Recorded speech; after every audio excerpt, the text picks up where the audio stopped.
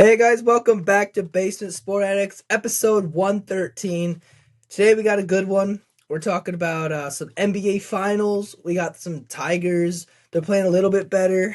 Um, NFL news, unbelievable news coming out of the NFL. So we'll get into that all right after this. Yeah, guys, welcome back. Yeah, the NBA Finals has happened. Knicks are up 2-0 in the series.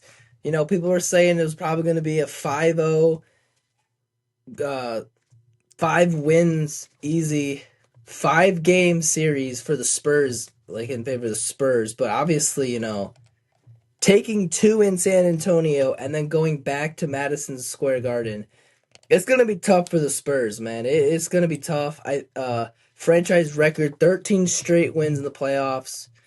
They're killing it, man. They're doing unbelievable. I mean, game one, Spurs were up big time. And the Knicks just came back. Jalen Brunson was playing pretty bad. Then he got hurt, and then he came back and kind of went off there in the fourth quarter, ending with 30 points in game one.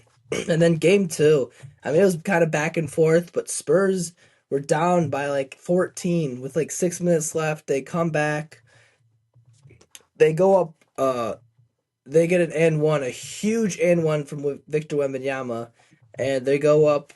It was one or two, and Knicks just claw back. They get back into it, and I mean, tie game. I think 30 seconds left, and Victor Wembanyama turns the ball over, throws it at Stephon Castle's back, which is crazy. I mean, Stephon Castle wasn't even looking at all, and Victor Wembanyama. I mean, he's young, but what are we gonna talk about like that? Like messing up in the fourth quarter, not being clutch, like. If Jalen Brunson did that, people would go nuts. They would be shaming him for what happened. But I mean, nobody's going to talk about Victor Wembanyama like that. I don't know. It's kind of weird, but yeah, I mean, it was a great game, great comeback, great game, game two, and now the Spurs have to do something very difficult and go into Madison Square Garden and win. I mean, you kind of want to win all three, if I'm being honest, because at least two, because going down 3-2 in the series wouldn't be a big deal. They can come back, but I do think this is gonna go 6 games, possibly seven.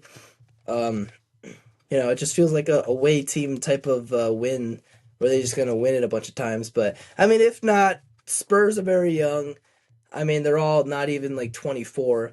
Like this is their first time being in like the playoffs, so this is definitely some time to grow. But I mean, it's gonna be hard to win with all these rookies. I mean, they're playing great, but all these rookies are going crazy. De'Aaron Fox was nowhere to be seen, the only veteran really on that team, and he really didn't help them out one bit in game one. But um, yeah, kind of crazy, but it was a good little couple games for the NBA. All right, let's switch over to some insane news in the NFL. First off, AJ Brown. Um, yeah, I don't think anyone was aware this was gonna happen. Not a single soul thought that he was gonna go to the New England Patriots. Obviously kidding, but yeah, and I mean, obviously a big pickup. AJ Brown, he is a diva. He's gonna complain if he doesn't get the ball, but giving Drake May going into his this is technically his third year, so going into his third NFL season with a guy like AJ Brown, I mean, this is going to do wonders for him. I mean, what he was doing, yes, it was an easy schedule, but regardless, I mean, his top talent was Stephon Diggs. Yeah, he's good, but I mean, like Diggs and Demario Douglas, like, bro, not the best wide receiver room, and you get AJ Brown. So, I mean, you get AJ Brown without a running quarterback, really. You're chilling, bro. You are chilling, and without a great.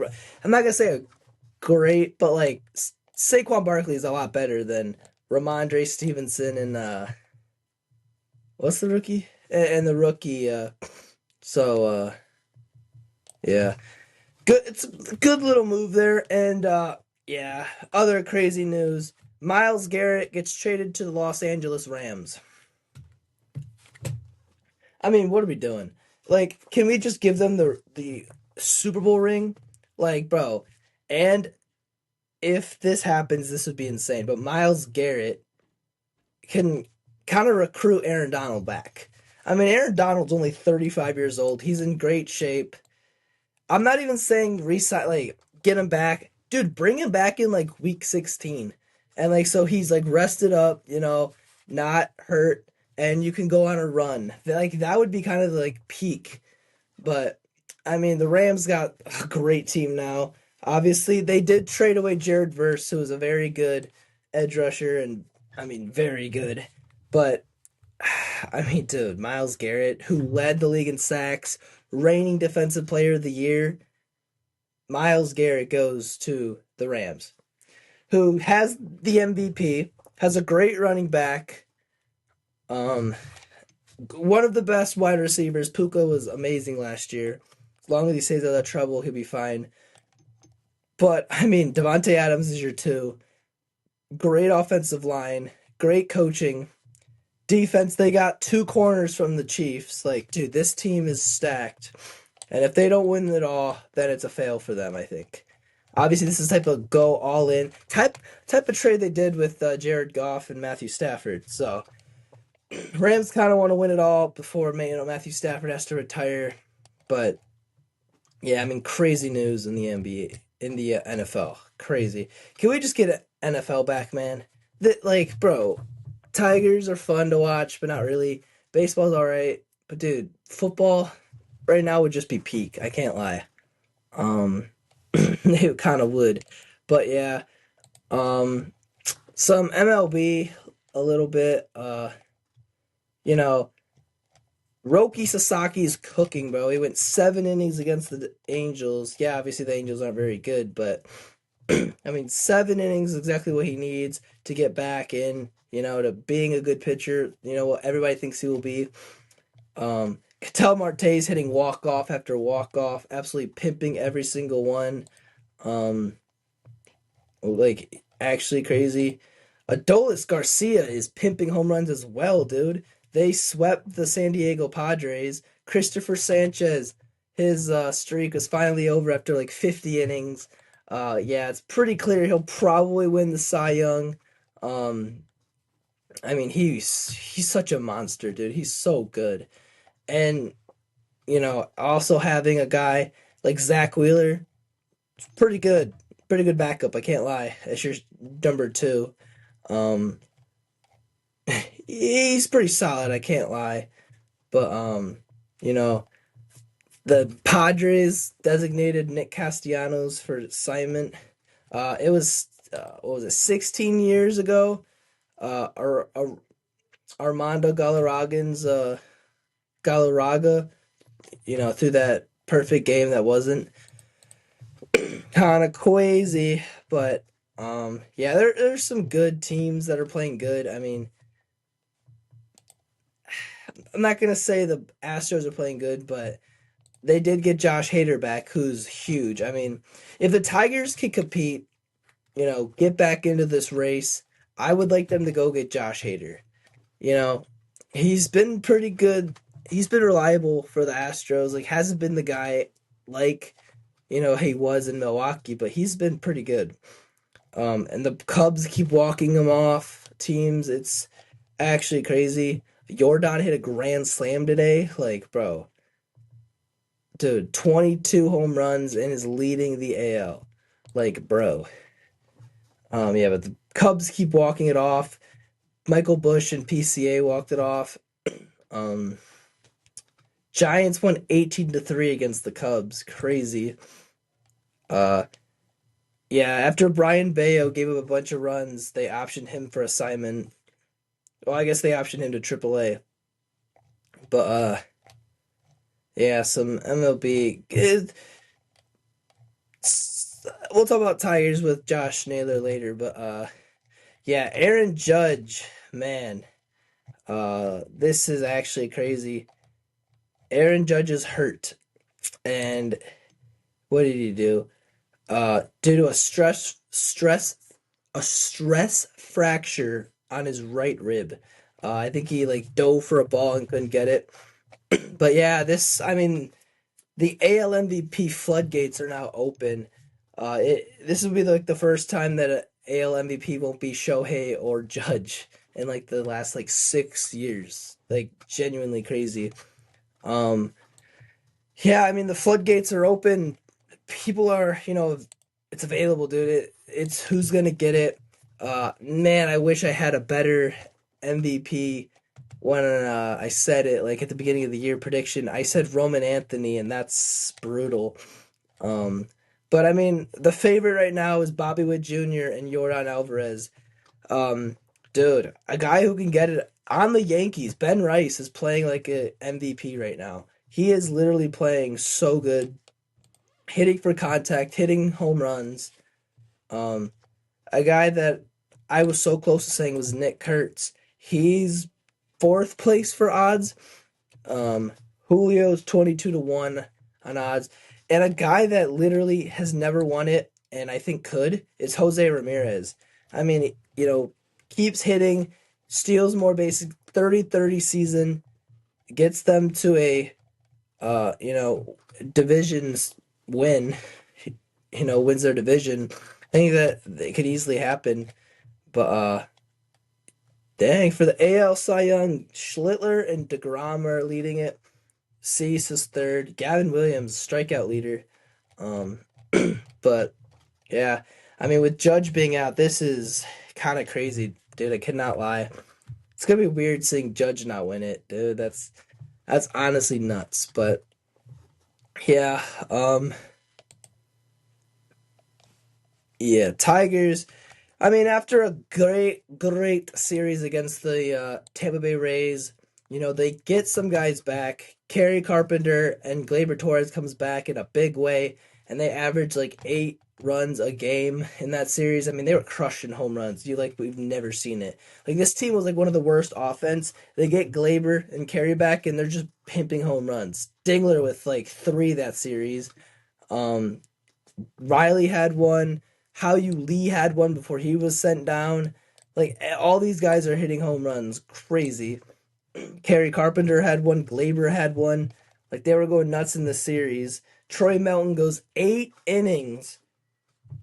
8 innings, bro. Gives up I think 1 or 2 runs. 8 innings though. What a dog. Troy Melton. I mean, what else can we say? 2027 opening day starter. Like I said last year, he's so good, dude. He truly is. And we sweep the best team in the American League and the Tampa Bay Rays. And we faced off Nick Martinez, who's only given up like 1 home run a game, like at the most, and we hit like 3 off of him. I mean, Dingler hit a 3-run bomb, clutch. Oh my goodness, Dingler's so good. Dylan Dingler's actually goated with the sauce.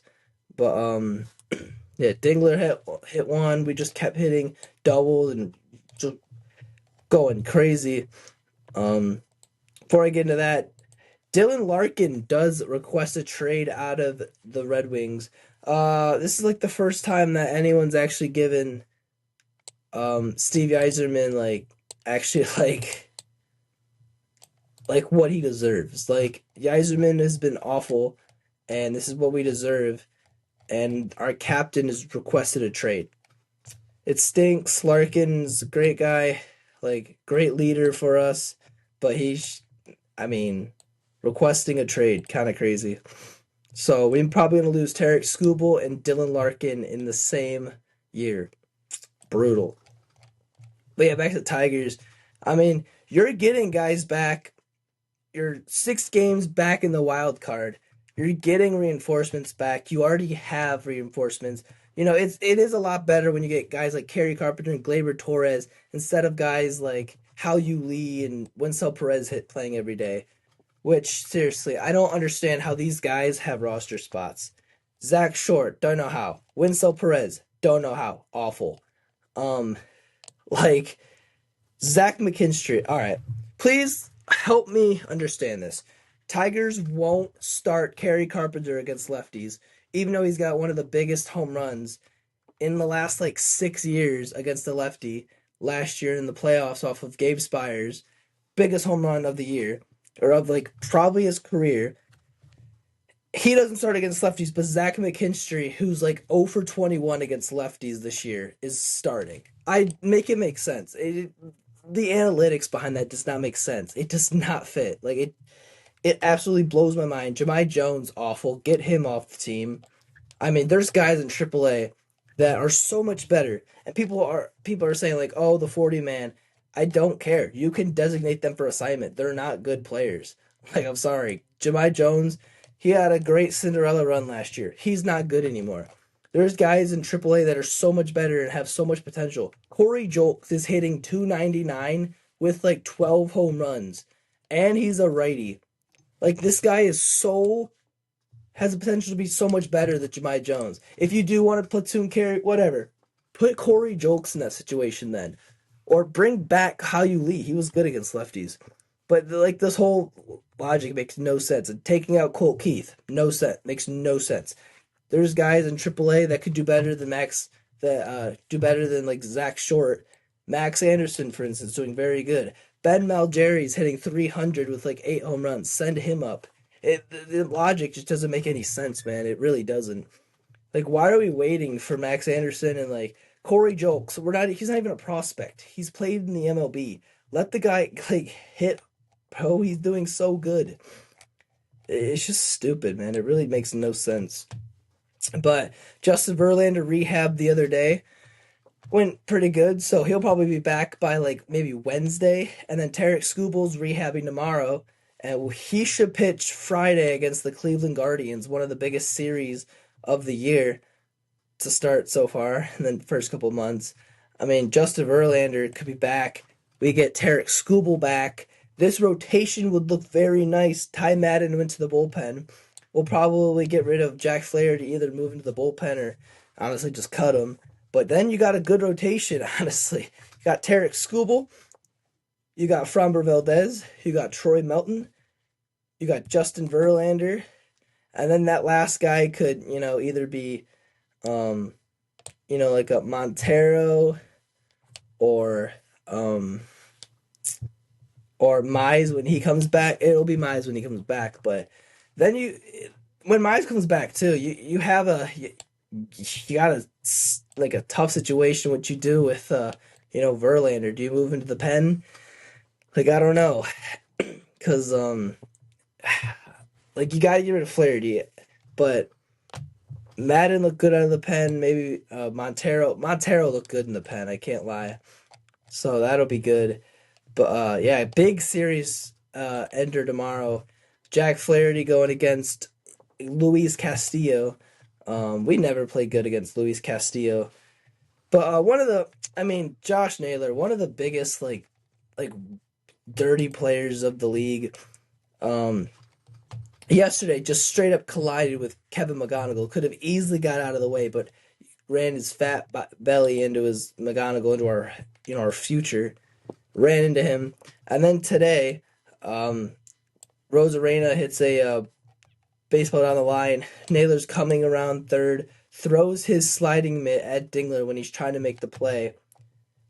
I mean, first off, I don't know how that's even illegal. Like, how is this not, obstruction?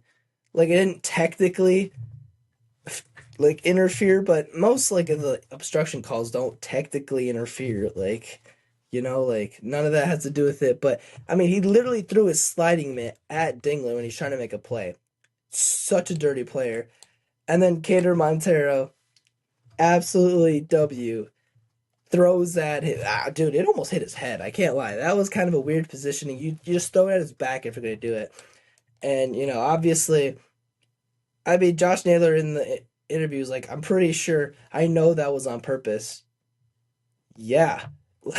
Of course that was on purpose. Are you dumb? That was the most obvious thing in the world. Your manager probably even, everybody knew that was coming, dude. That's how baseball is. If you do something dirty like that, they're going to throw at you. That was the most brain dead answer. I know they threw at me. Yeah, they did. course they did, bro. Like it's the first time I've seen tigers actually do that, like retaliate. They're a bunch of like little chickens that don't like do anything, but it's nice to see them actually retaliate because I mean, such a dirty player. Even Colt Keith at the end of the game said it. He said that Josh Naylor, if he's on your team, you like him, but if it's not, you hate him, and that's so true because I mean, such a dirty player. I mean, he goes up there with like Manny Machado, always doing something that's like either bush league or just like what are we doing, man? Like the MLB. This isn't like little league anymore. But once a guardian, always a guardian. Um, but yeah, obviously that was on purpose. Duh. Like you gotta get that clip of Michelle Tanner from Full House. Duh. Of course that was on purpose. Um, I mean, obviously Dingler's like, yeah, that wasn't on purpose, and Cater's like, that wasn't on purpose, obviously, because if you say it's on purpose, you'll probably get in trouble. But um, yeah. So Tigers have a big one tomorrow with Jack Flaherty going. You kind of need to win it because then you got Minnesota Twins with Melton pitching, so that'll be good. But yeah, um, anything else happen crazy? Um, yeah, lit dab lit. Um, yeah. Thank you guys so much for watching. Please hit the like button, subscribe, and we'll see you next week.